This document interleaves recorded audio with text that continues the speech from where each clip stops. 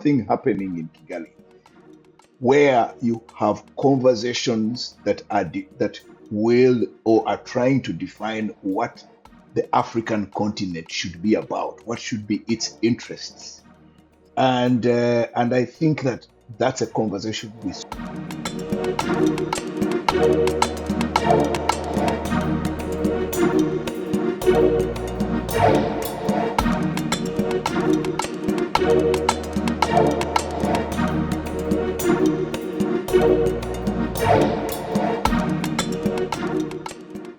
Welcome to this episode of the Bad Natives podcast. I am the host today, Charles Onyango Obo in Nairobi. And I'm Robert Kabshenga, the bad native from Kampala. I have been living in really terrible weather conditions. I don't know how the British do it, and I don't know why people want to migrate here. It's just terrible. It's absolutely miserable. I can't understand it. I'm sorry. It's just been raining, and the temperatures are 1 degree centigrade. Oh my God.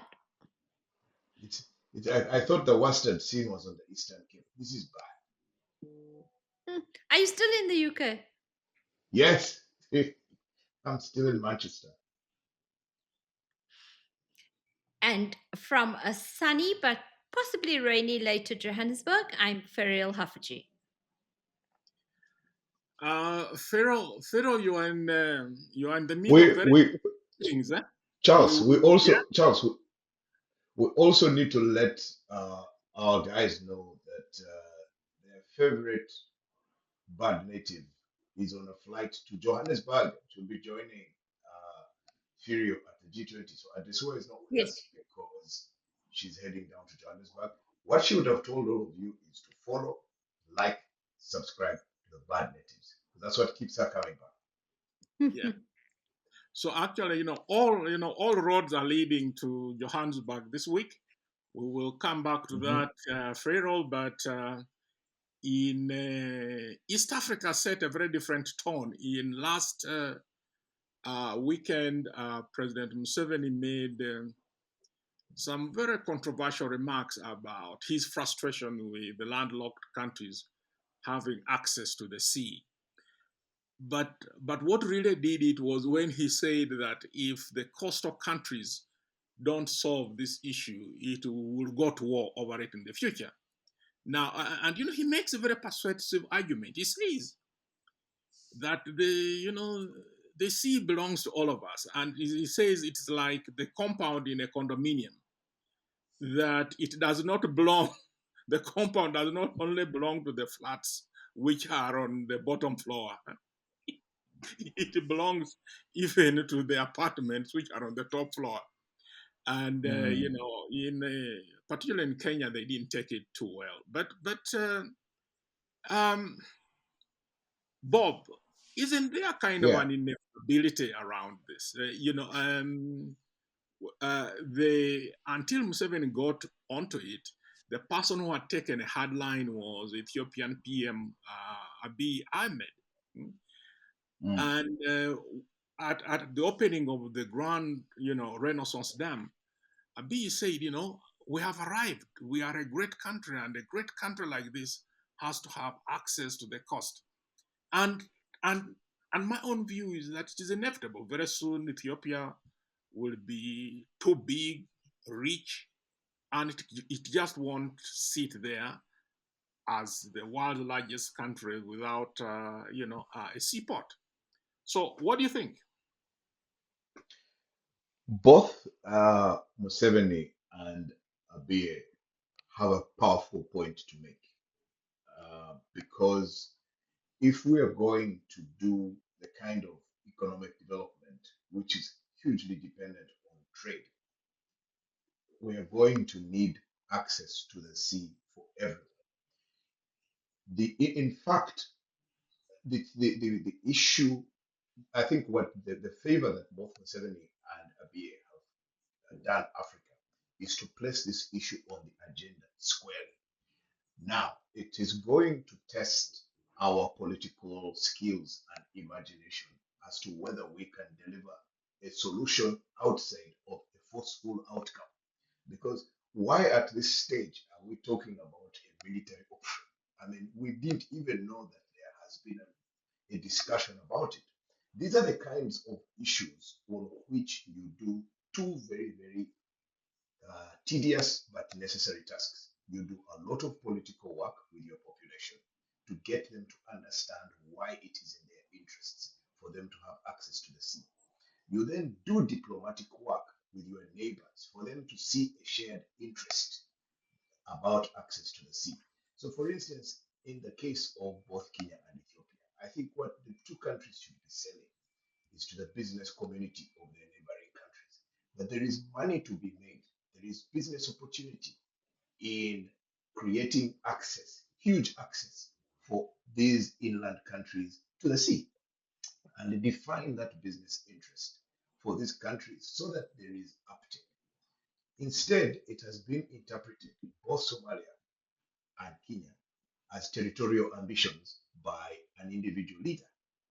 And I think that is very, very sad because this is a lesson we should swallow our pride and learn from the colonial administrations. The colonialists understood one important factor, that it was important for the hinterland, as they used to call it, to have access to the sea, which is why the Imperial British East Africa Company bankrupted themselves by building a very expensive railway, which up to now has not yet paid them back because they went bust, and that's how the British ended up colonizing Uganda, because Uganda was essentially a business venture. It wasn't a political or geographical acquisition in the same way the Germans had acquired Tanzania, or the same way that the Belgians had acquired Congo. So, if I sound a bit lengthy, it's because I also want to give another example from Europe, that that's how the EU ended up being formed. Because after years of fighting over these kinds of things, Europe decided the best thing to do is to create a structure of collaboration. And I think, Charles, what President Museveni and Abiy are now raising is, how do we take the East African cooperation or the East African community to a higher level, a level at which we can now revisit the question of shared assets? Are there ways in which assets can be shared? Are there ways in which access can be guaranteed by a superior force? Otherwise, these military fights, what are you going to get? We've already seen what has happened in the Sudan. Yeah, Take the that work. Pharaoh, what the if Africa has got the world's largest number of landlocked countries, 16 or 17, depending on how you count it. And in Southern Africa, you have a case of Lesotho, which is which is in the middle of Africa. Yeah? It is So, besieged. Yes. so how how do you see this argument? Do you think um, is is there things which coastal countries and a lot of Zimbabwe, Botswana, all these countries depend on South Africa. Is there best practice? Is there best practice which can help us avoid the extreme measures that President Museveni foresees? So Charles, I was looking up this morning when I saw your briefing notes on the Lesotho Water Highlands project. It's not access to the sea, but access to water. So we are completely dependent on Gauteng on the Lesotho Water Highlands project. And I think it's an example of water stewardship and a water treaty that has begun to work. Obviously, it's been through difficulties. There've been the allegations of corruption. There's who has the greater power. How do you structure the relationship? But as we speak now, the extension, the next phase of it is working quite well. And for me, that's an idea of a treaty that we perhaps can look at. I don't know the details of East Africa too well, but I was also had an interview this week with Trevor Manuel, the former finance minister here. And in the report we'll speak about later, obviously they placing great faith in the free trade area, and this is about the ability to move and to trade freely. And I said to him, "Oh well, my friend Robert Kabushenga was saying it's notional. If you look at how he tried to sell coffee here, it was not at all easy, and it's left him quite angry about the experience." And what Trevor said is that he thinks that a return to the Berlin Conference, of course, necessary, that we need to make these borders, turn them from hard borders into soft borders. And I think that, I mean, many people are beginning to raise this, but for me, that is also a key issue to consider is how do we make these borders less hard? And I wanted to ask you, is this a concern about borders, or is it about infrastructure to get to the ports? Eh? Actually, it is both. Because the the argument Museveni make is that it has been very difficult to get the cross-border infrastructure built. And then of course the second thing was that you have very erratic border regimes. Duties keep going up, and sometimes you can't get your volumes through, particularly like oil. And in the case of countries like Uganda and Rwanda, all those things, I mean, just take the case, what happened just a week, no, 4 days of those deadly protests in Tanzania. It hit Yes. Rwanda very hard. Rwanda and Burundi, basically. And Burundi, which was already on the edge, basically out. Mm. The if you look at the example, I think you have correctly argued that if the borders are soft, and if we had this economic cooperation frameworks, that would be easier, because I think there are really very few rich landlocked countries. I think Switzerland is Yeah. one of the few, and Luxembourg, Liechtenstein, those little things. But there is really no other example, because the costs tend to be very, very high. Now, what happens in the case of Uganda? Uganda has evolved policies which I think have mitigated it. One is its exchange rate policy. It has got a fairly free, so it has a very stable currency, and its taxes ensure that there are periods when fuel which passes through Kenya is cheaper in Uganda than it is, in Kenya, for example. So I think the point you have made, that we can solve these things with regional cooperation, but it's very, very difficult, because you have regime changes. When it's an election period, you go into populism, and a lot of those facilities are then withdrawn. But Bob, the just the what what model do we learn from the question Farah raised, between the good old days when we had the Tazara Railway Yeah. between Tanzania and Zambia? Why can't we go back to that era? Because, Charles, and we should be ashamed as Africans, none of those infrastructure projects was originally conceived and executed by Africans. The Tazara Railway was a gift by the Chinese government that wanted access to copper in Zambia, and to avoid uh, the Rhodesian route, where there was Ian Smith and those guys. So whether it's the Tazara Railway or the Uganda Railway or the East African Railways and Harbors, these were colonial projects.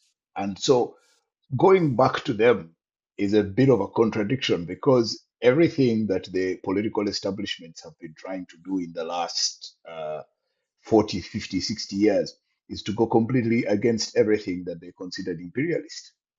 I think what needs to change, Charles, before anything else, is the African outlook. We need a bit more imagination at the political and diplomatic level. We need to be able to accept that certain things or certain issues transcend political or personal differences. So, for instance, access to the sea or investment in cross national or transnational infrastructure should be removed or handled separately from the personalities or the political personalities that drive it. The European countries, we have a lot of models. The European countries understood this very well eventually after World War II. And that's why you see them very exasperated about this whole war in Ukraine because they don't want to go back to those times. So I think that it's an opportunity for us to revisit this whole free trade area approach. It's mainly legislative. And again, as Trevor says, they're going to the soft border things. I think that what it's going to require is the kind of solid, consistent, forward looking leadership. So, for instance, somebody like the new chairperson of the AU can make this his agenda to achieve. The new president of the African Development Bank, the new chairperson of the Afri-Exim Bank, these Pan-African institutions that don't depend on governments and elections could actually become champions of some of these causes and use their resource and diplomatic muscle and networks to present these as business opportunities. So, for instance, whether it is defining what the route will be for the Sahel countries through the south, or East African countries through the east, or even west through Congo, Southern Africa through Angola, through Mozambique, through Mm. uh, the rest of South Africa. I think but also,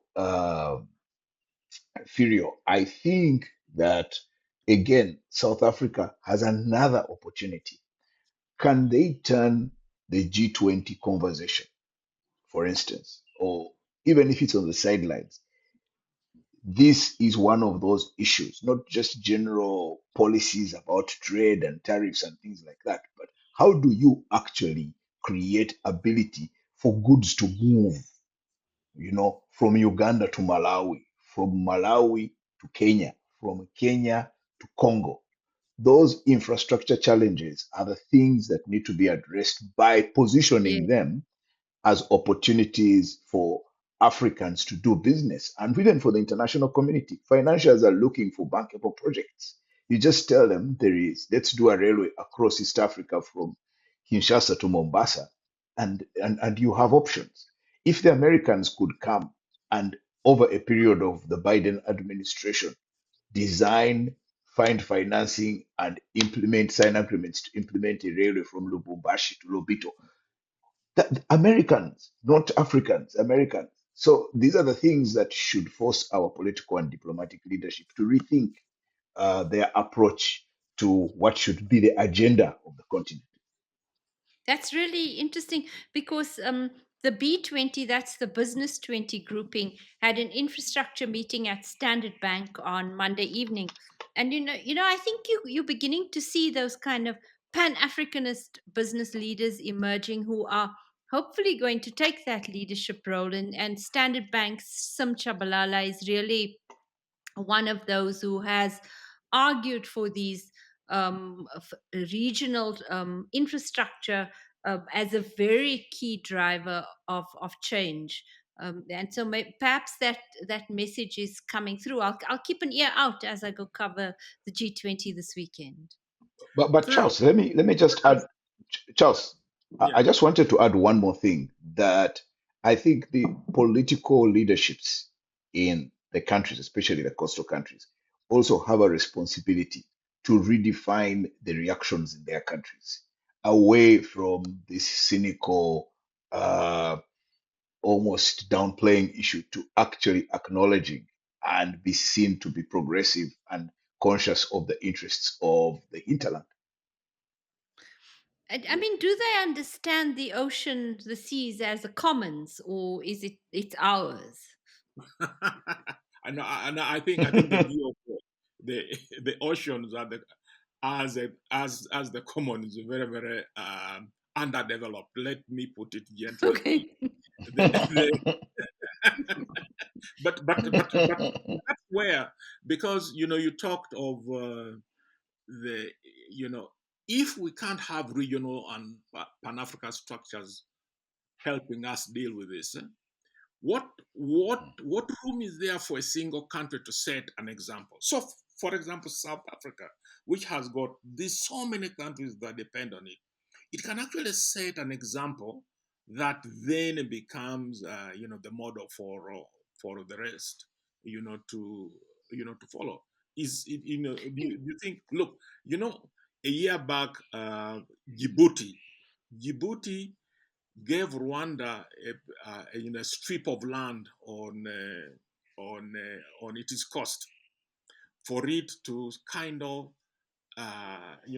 basically establish a virtual autonomous port. But the problem with that is that Rwanda is right in Central East Africa. I mean, it doesn't share doesn't it's not a neighbor with Djibouti. But what if something like that was done by a country like South Africa? What do you think that example would do, Vera? We have the SA Customs Union. I know it's not exactly an access to the sea story, but it is a method of revenue sharing and pooling that sometimes people complain about, but mostly it's really old and it works. Something about our ports is needs bearing in mind is that they've been so run down in the era of state capture that in fact many of our exporters are going to Walvis Bay through Walvis Bay in Namibia, or on the other Sure, side they're You, sure. going they're going you are straight through South African Mozambique. exporters and importers. Yes, yes, big time, huge. They like I, many of our major commodities are going you through can't make this Mozambique up. now, which is a much more efficient port than many of ours. Okay, work's going into it now, and the Kucha port, Durban, Cape Town, much work going in there, but for a long time, because of what happened in state capture, the exporters are going through Namibia and Mozambique. I didn't But see but that one. but Charles, I know. But Charles, I think also the other thing is that the African elite uh, ought to revisit themselves. I think we have let down the continent. It's a complete lack of imagination that we are so narrow in our view of thinking that, you know.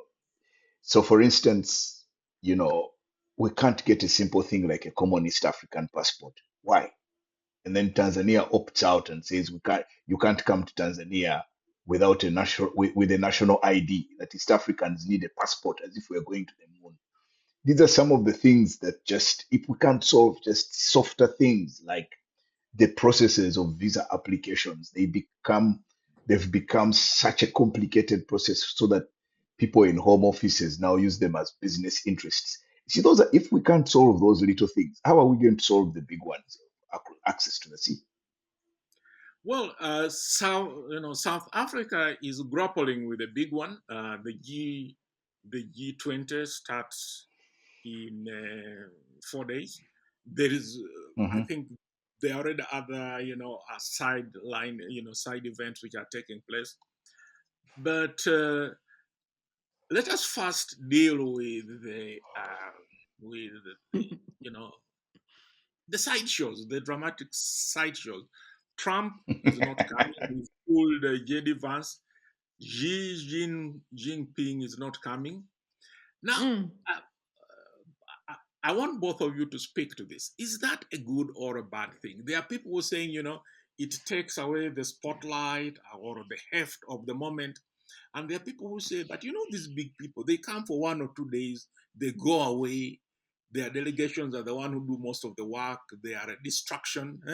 So is it a good or bad thing that Trump and Xi Jinping and are not pitching for the event? So at home, there's two views here. Um, uh, Colleagues of mine with, I suppose, a greater affinity or Western minds, they are like, oh, this thing's a flop. It's nothing. It's without America, it's really going to just be a talk shop. My own view is that, I mean, I think Trump was always going to do this, and that potentially this could be one of the nodes where you're seeing this new multipolar world showing itself in ways that we spoke about last week. But what I'm really enjoying is that I hope a lot of African heads of state come, because there's going to be as of yesterday, 44 heads of state. Argentina's is not coming. Claudia Sheinbaum of Mexico is not coming, along with we're having the Chinese premier rather than Xi. And then Donald Trump's not coming, and he has said Vance can't come. Apparently, all the others are going to be here. And what I'm excited for is hopefully we're going to have a really strong showing of African heads of state here. Everyone's watching now is Paul Kagame going to be here. That's the big news around town today. Huh? Bob, is Museveni going? And what is I know you are a skeptic, but can you find some redemption in this moment, this opportunity? Yes, Charles. Actually, on this one, I am an optimist, and here's why. I was looking at a photograph. I don't know the guy who is in charge of the G20 in South Africa. I don't know why they call him Sharpa. He's a I don't know Sherpa, what. yeah. His name Yeah, is Zane Dango. Hmm. Zane Dango. Yes. So Yes. Zane Dango has really taken a fantastic communication strategy on this. He's basically moved on very quickly away from defining the G20 around the American non-attendance to what the Mm, G20 is actually about. And I think that has been very, very clever for him to do that. mm. But then he posted, or I don't know whether he posted. No, I was reading it in 24, News 24, and I was seeing a photograph. And there are so many countries as part of the preparation committee or preparations, and you could see lots of flags from different countries. I guess it's the 20. What the fact that Trump is not coming and Xi Jinping not coming, it basically frees up all these other countries to now take their rightful position and not have to look over their shoulders to second guess what the American position at the G20 will be or the Chinese one. They can now do proper business with those who are present. So, in terms of the opportunity to actually advance the agenda, I think the fact that America and China are not coming at a high level allows the G20 countries to do business. You know, countries like South Korea, countries like India, these are big traders already with Africa. I hope the middle powers from the Middle East can also come. But the other positive thing out of this, Charles, is that it once again, I get this feeling that South Africa, by using G20, is finally stepping up to its continental leadership role. And I hope that it can actually use this opportunity to articulate an African voice, not a European, American, or first world country on the African continent, but technically showing that it is possible for an African country to be like South Africa and to provide leadership on the international stage. And this is when you hope that the finest business leaders on the continent can step up and play a big role. You hope. I don't know why we're placing so much premium. I guess it's our generation. We're placing so much premium on presidents attending. They are really not of very much consequence in this. I would rather I would rather like the groups of African businesses that are there, like the B20 you spoke about. It would be good to see how South African business can show leadership roles on the continent, talk about investment. It was good looking at the report that you sent us, some of the issues that are likely to emerge, the list of experts. The only disappointment when I was reading through is I didn't see a Ugandan Yes, in the list of experts. in the list. You guys have really you've sidelined us so much. It is painful. We no longer have resources. No, but my point is, a, a document like that could be a basis that begins a redefinition of the African view, or G20 could be the point at which Africa can redefine, first of all, demonstrate its ability to deal with these kinds of events, but also speak out and redefine its international voice in a world that I don't know if any of you saw or were able to read an article by Tom Friedman about the poly nature of the world. I mean, he's the leading voice on globalization, but he's talking about how the world is changing and moving away from America. The only thing that's missing in there is an African definition of an African voice. So I hope that Furio, you guys in the South African media and the South African business can engage us on the African continent with what is actually happening and how Africans are defining these events in their own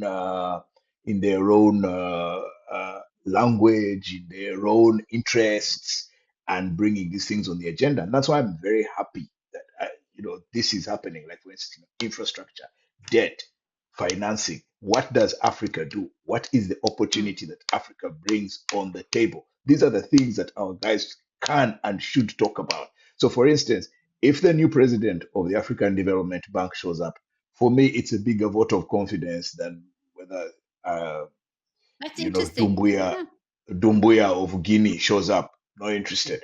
Uh, if the new president of Afrexim Bank comes, what is he saying? Uh, can we get the guy of AU in the maybe this is also another opportunity to revive the regional bodies. What can SADC say about collaboration? East African community. These are the personalities.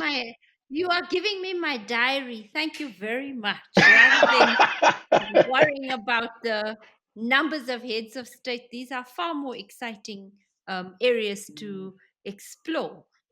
I think it would be interesting, Charles, to know Yeah, but which, no, Bob, for instance, the size of. let us finish the point, that you said so Mhm, that Pharaoh can take this. Because what South Africa has done, it has pushed, it, it has set, it is, it is pushed the agenda of global inequality. mhm. It's in a very, very good thing. It has raised the issue of debt vulnerability, Yeah. and the old boring but very important thing of sustainable development. Mhm, Yes. mhm. If and I think I was looking at some of the data, and this thing doesn't affect only us Africa. I think Japan is the world's most indebted country. It's debt to GPD to GDP is 230%. Hmm. Mhm. And of course, What? second it is Sudan with 220. Of course, the difference is they the cost of their debt is lower, and Mhm, many of them service it in their currencies. Unlike us who have to find dollars. So mhm. just do you what does the runway look for this Pharaoh? Around on these three key issues for Africa. Hmm. How do you see us moving from flagging them to action? What are the seeds which are there? Bob has talked of the ADB, Afrexim Bank, and Yes. this kind of thing. What do you see?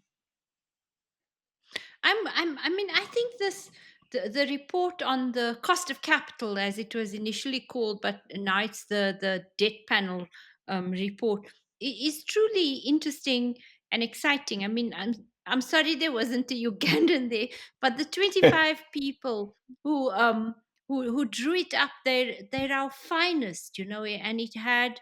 So it's firstly, I like that it's really short, and then it makes four key interventions which if hosted properly, and they've asked the national treasury here and then the AU to host these ideas and drive them forward quite quickly, even at the next AU meeting, is the idea of a borrowers club. So the counterpoint of the Paris Club is that people who are highly indebted get together and talk about the terms of that debt. Then the second one, always interesting to me, is this campaign that says the credit ratings agencies need to revise how they rate risk on our continent, but in the developing world. There's that great piece of research which has been done, which compared like for like in the US and India, I think, and found that India's risk rating is completely unfair. So I mean that study shows you the same thing. So one of their key recommendations is these ratings agencies have to be made more accountable, and how do you lobby them for that? And then of course for me, the request for the review of the IMF is really interesting. Is Are they going to listen, and will they perhaps begin looking at those special drawing rights? And the biggest one, I don't know if that will work, is the sale of some of the IMF's gold reserves could yield a lot of cheaper capital to help debt relief, for debt relief measures. Uh, Now let us Oh, talk about Charles. a little bit, because they and Bob has already touched on this. Now, I'll ask each of you a question in the same breath so that you can answer Bob first. But I'll ask Fredo first. When you started, you said you have seen comments by people in South Africa who say it's a damp squid. This is not a big thing because these guys are leaving. But Pew Research released some data, ahead of this summit, and it shows that 41% of South Africans say the influence of their country in the world has been getting weaker in recent years. So the question to you there is, if we take this as a measure of self-doubt, how do you think it then impacts South Africa in ability to lead on these issues? Sure. And for you, Bob, the related issues that the same survey find that South Africans' view of the United States is for the first time they view the United States more dimly than China. And but one of the surprising things in this is that the South Africans even view Russia more dimly. They really don't think much of it. And if you follow the story, South Africa's position on the Ukraine, you would have thought that this would be different. So perhaps we start with you, Bob, because what you are the one who spoke of Friedman's article on polarity, and what do you read in this? Is this a major movement in our view of?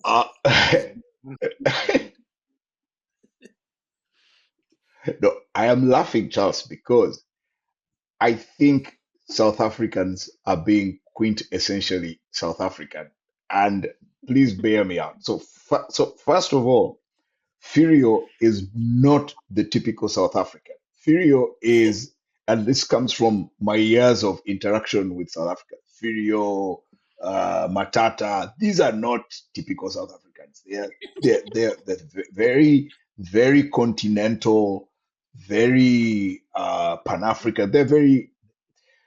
I found that over the years that, the last 11, 12, 13 years of regularly coming to South Africa for various reasons, that South Africa, they're very insular. South Africans are very closed, Very. very, very closed. Apartheid, one of the legacies of apartheid was to disconnect South Africa from the rest of the world. Now, you can look at that either positively or negatively. The positive side of that is that South Africa is therefore able to take a completely independent stand. Eh, Charles, a very silly story that illustrates that is that the, there was a washed out American musician who had even become a, a construction site worker. But his music, for some reason, remained popular in South Africa. So once apartheid was removed, they went looking for the man in America, brought him to South Africa. He had a big concert, and his fortunes improved. The music had moved on. The South Africans were still, but You Charles, mean that Sugar partly Man? comes, No, yeah. what But is you I think see, looking for sugar man, eh? yes, I Sugar think Man. so. They're looking for, yeah. But Charles, what I'm saying Yeah. is that South Africans are, because they are so self-sufficient in many ways, they are able to take independent positions in ways that other African countries can't. Other African countries are so used to being clients of other big powers. South Africa, one of the most interesting things, like in the world, when we go for comrades, everything about comrades, the shoes, the apparel, these are big South African brands. Okay, they are made in China, but they're big South African brands. So I am not surprised that South Africa is able to tell everyone else to go to hell if they want to. And that's why they had the courage and the support to take the positions they took on Israel. Because although South Africa during apartheid and was an international issue, these guys don't see the rest of, and the negative side of that, of course, is the xenophobia bouts that we occasionally see breaking out because they just don't see the rest. They see the world through their lenses. And for me, I think that serves them well. that's that's a that's a really upbeat view because I mean, as a journalist, I just was like, I would love if we had a version of the East African here, but nobody's going to read it or buy it, and that is an Ah. insularity I find deeply, deeply troubling. Um, Even though culturally there's far more of a mashup and a mix up, and you can find great music from Kenya, from Uganda, in our club scene here, politically highly insular. But I Mhm. think that what President Ramaphosa has done is begin to try and step into the shoes of President Thabo Mbeki, who I think was the most of the recent leadership, the most interesting and pan African issues. And he's still a very important voice in our body politic here, Charles. Wonderful. There was one surprising thing, in that survey, and it showed that the majority of adults in Kenya, and Nigeria, and this is here, 59% of Nigerians have favorable views of South Africa. I didn't see that coming because if you read the press, if Mhm. you read the press, and with all Mhm. the stories of xenophobia and all this, and if you Mhm. followed, the problems that MTN and have had in South Africa and all these things, or visa issues, you wouldn't have thought that high a number of Nigerians have a view of South Africans. So it just made me also then think that, oh God, does the impression we get from reading the media, is it accurate? Eh? Mhm. How do you explain that? What was that last? Sorry, Charles, I was just looking at something. So no, you know that the Pew Research, the Pew Research Yes. asked, I think, Africans their view of South Africa, and Kenyan 70% had a favorable view of South Africa. Maybe that is to be expected, but 59% of Nigerians, eh? and if you follow the conventional reporting in the press, that is not something you'd have expected to see. That's really interesting. Yeah. I'd say it's all Tyler, huh? I mean, I think it's like it's music. It's Uh, Big Brother. It's for me. It's like it's Amapiano. That's probably Ah, brand SA much more than the political positioning of of the country ah, or our xenophobia issues. I think culturally But that unity but and affinity much stronger. Maybe even Trevor Noah. It's those people that I think give us uh, a I'll positive. I'll I'll add another one. Trump and Elon Musk. Because Oh, yeah, I think that in a sense, the two of them in their attack on South Africa, they probably did not realize how uh, that became the defining issue of their prejudice against Black people and Africans generally. So in a sense, you could say that by attacking South Africa in the manner in which they did, by trying to humiliate the South African political leadership at the White House in the manner in which they did, a lot of Africans saw themselves in that experience. And you could also argue that because of that's that, interesting. yeah, I think that you could find that what that could be also the effect of these guys treating these guys like that. That's who we are. That's how they would treat us. They would probably treat us much worse. South Africa has been able to Mm. stand up to these guys, but there has also been a huge pro-Gaza, pro-Palestinian wave, especially amongst the young people within the African continent. And on that issue, South Africa did take a very, very powerful moral position That's as a moral interesting. authority. Hmm. Yeah, and I think those acts, but I also see. Let me add another twist, Charles. But there is also a sense in which Cyril, uh, he's like your nice uncle who always comes to visit on Sunday with nice things. He buys you the football jersey. He's probably your mom's brother, and so he reminds you of the softer things of life. So when you juxtapose him along your severe auntie like Samia Suluhu or your other uncle like Ruto, who you not sure what he's going to do the next minute, and your dad Yoweri here, so you just see that this is the guy you want to be with. This is the guy at whose home you want to go on Friday because he's going to let you go partying.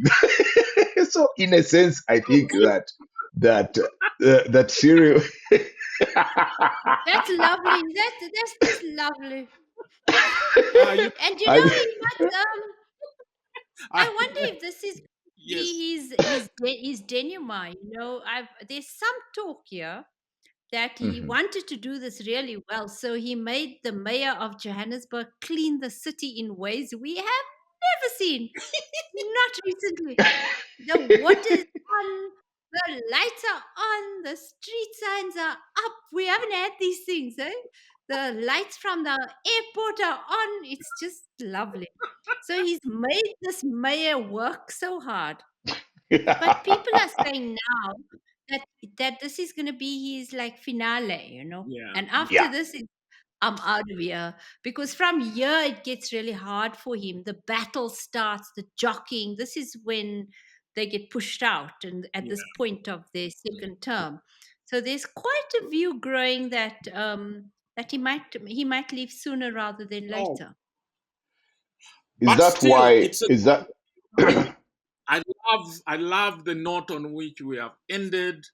You know, I'm a piano as ambassador, uh, Uncle Cyril, and how Trump and Elon have been the greatest marketers of South That's a Africa. lovely story. Wonderful, wonderful stuff. So you guys, you get to to give me your parting shot or shots.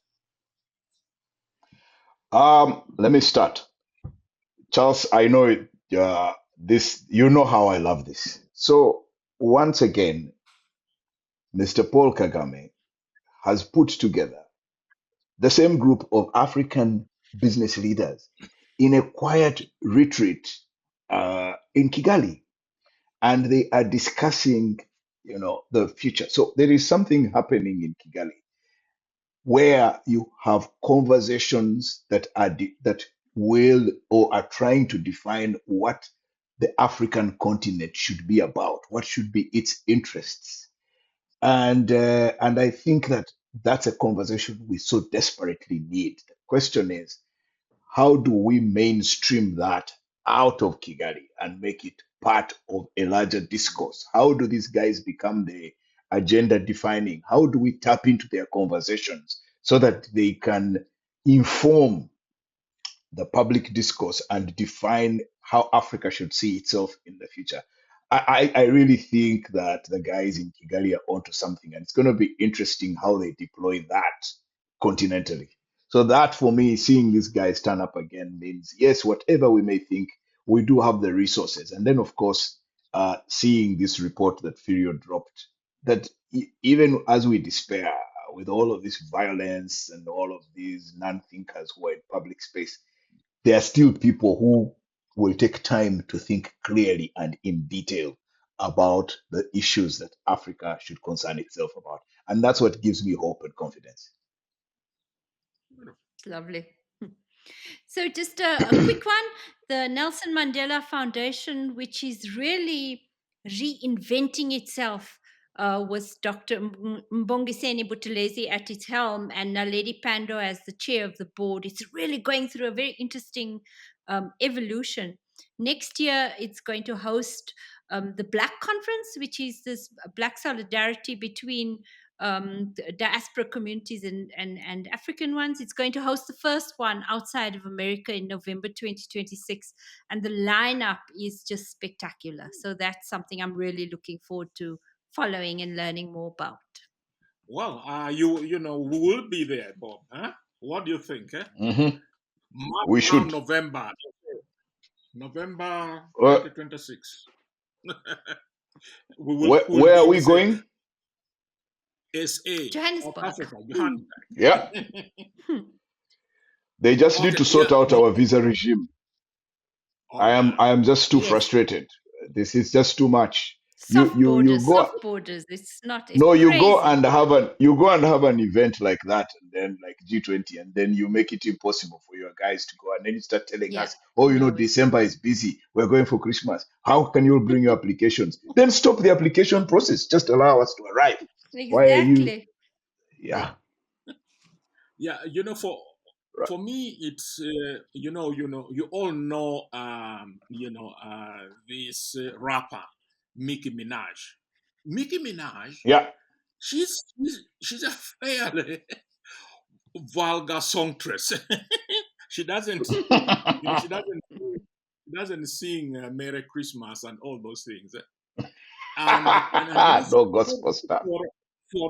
For a very long time, she was kind of the star of certain type of liberals. But Nicki Minaj has also lately become fairly religious. So she has spoken up about religious freedom, and she supports this position of Trump on the Nigerian Christians being persecuted. So you have the most right-wing people in the US now having to adopt Nicki Minaj as a heroine. That's beautiful. I just feel sorry. Things like this, you understand why Americans are for a right-wing evangelist to be in the same sitting room for singing the praises of Nicki Minaj, that can't be good for their health. Can't. Anyway, for national development. Yes.